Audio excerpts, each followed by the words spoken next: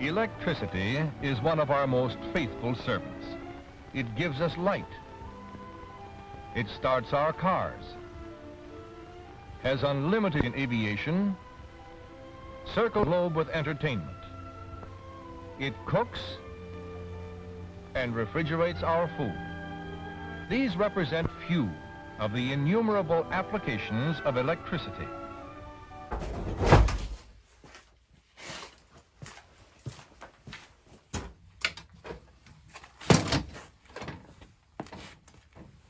Electronic devices have come a long way, and so have our methods of powering them. Now, with a lot of the van life community talking about how to fit a nuclear reactor, or the equivalent of, in their van, let's talk about something a little simpler to power the devices we use every day. I like to think using first principles.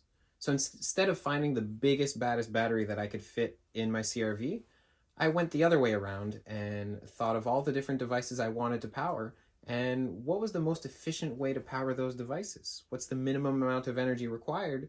And is there any other way I can power them other than electricity? As you may have noticed, I'm not in the van right now. And the simple reason for that is that there's an overhead jig here and it's a lot easier to use that to explain stuff. So I started by listing off all the things I wanted to power. I then thought of the best way to power all those things using as little of the CRV's battery as possible. As you can see here, these three items didn't need to be powered by the vehicle. So for example, for my stove, I have a portable cooktop that's powered off butane. For the microwave, instead of having a microwave inside the vehicle, I decided to delegate it to outside sources, and that's like Couche-Tards and other corner stores that have a microwave for the public to use. And for my fairy lights, well, they already have their own self-contained solar kind of thing with a solar panel and batteries already inside. So everything else has to run on my car battery. To have stuff run when the car is off, to not drain this battery, I decided to use a battery bank.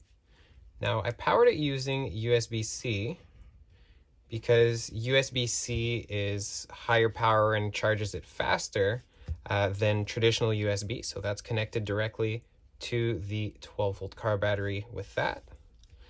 And I use the battery bank to charge things at night that I wouldn't necessarily charge during the day while the car is on. So like if I'm driving around or stuff like that.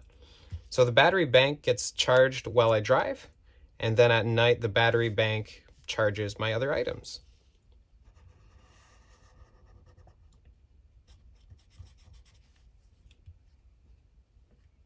Of course, I also have some items that are charging directly through USB while the car is on because they have their own batteries and they don't need necessarily to charge using the battery at night. So they can just charge during the day, and when I'm ready to use them, they're full capacity. So that includes my headphones and other various USB devices. I also use that same USB connection for when I need it to charge AA batteries. These are used for things like my game controller, my puck lights, which are very useful for getting around at night, and other various things that take AA batteries. Now, DC to DC is something really cool. Leaving from the same source, the 12-volt car battery, I can use my DC to DC laptop charger to charge my laptop without using any inverter whatsoever. I can also use that same 12-volt car battery signal to charge using DC to DC my Ryobi tool batteries. So this is useful for my fan, which is much more powerful than a USB fan, and my drill, which is useful for a bunch of stuff. This is my battery bank right here. Now, It is a USB-C compatible battery bank with 2 fast chargers and a regular input if you fancy that. This is the 12 volt to USB adapter I use. So this is plugged in the back of my CRV, and it has a USB-C power delivery for charging the battery bank right here, and a quick charger for charging other things while the vehicle's running. So this is what the setup usually looks like.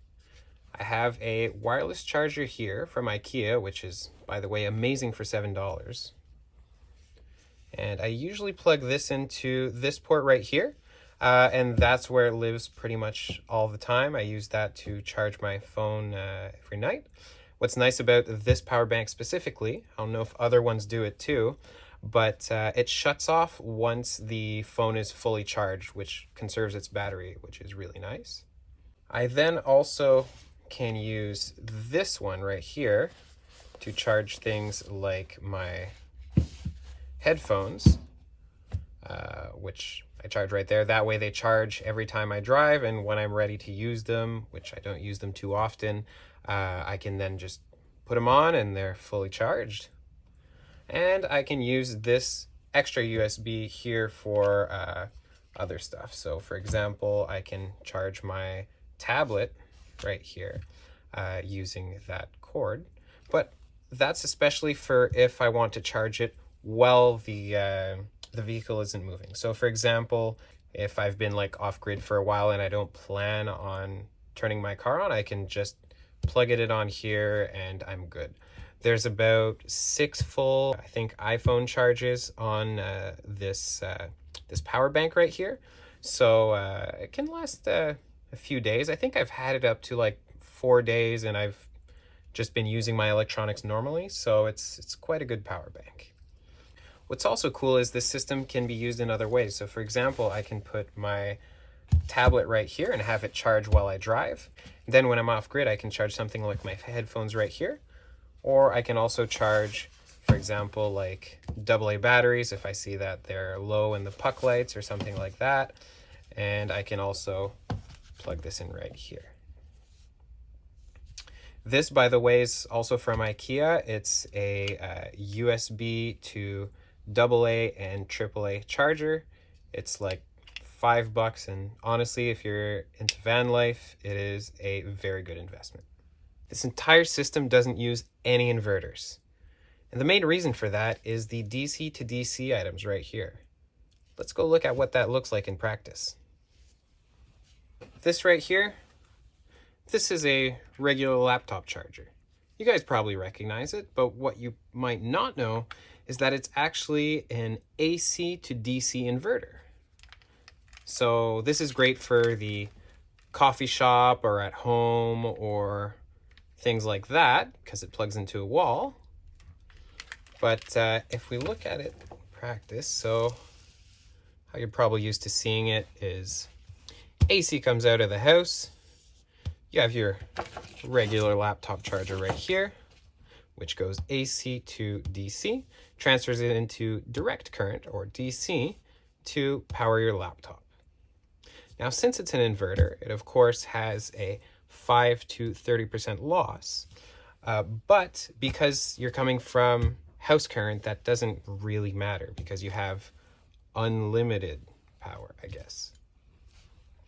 Now, if we look at how most people set up their vans, they usually have plugs so that they can plug something like this into the van to power their charger.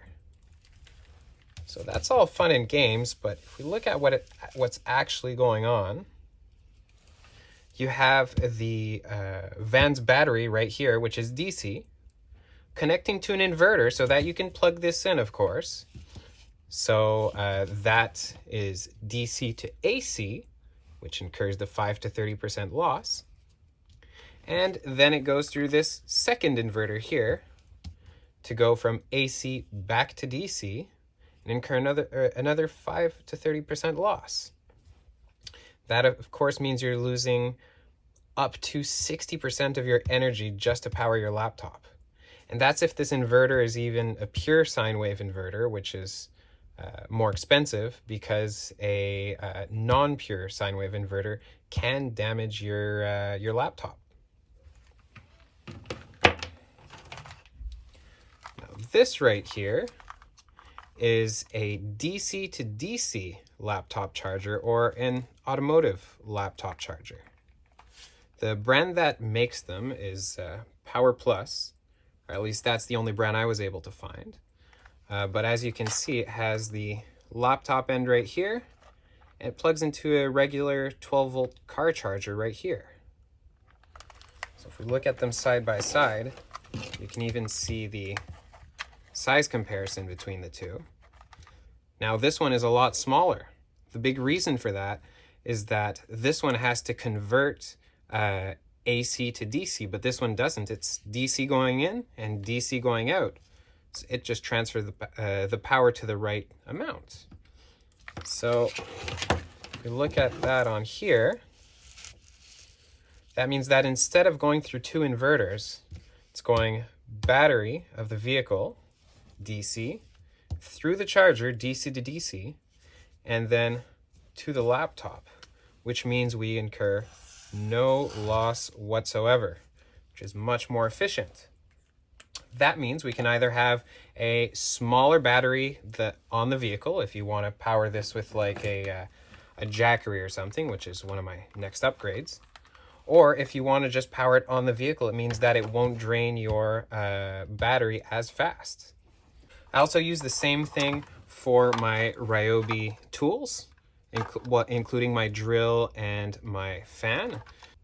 Going from DC to DC once again, I incurred no real losses, really. I mean, to be fair, no system is perfectly efficient, but no unnecessary losses, I'd say. This vehicle charger charges almost as fast as the fast charger you'd plug in at home. So that's it. It's that simple. I really hope this inspires someone to think outside the box. If you have any questions, remember to comment and like and subscribe while you're there. I'll leave links to all the products we discussed in the description below. But before I end this video, I just wanted to remind you all to be conscious of where you put your time and resources. You often don't need as much as you think you need. It's this principle that has made possible the countless electric devices which contribute to the comfort and fulfillment of richer and happier living today. Devices which will expand that to unlimited horizons in the future.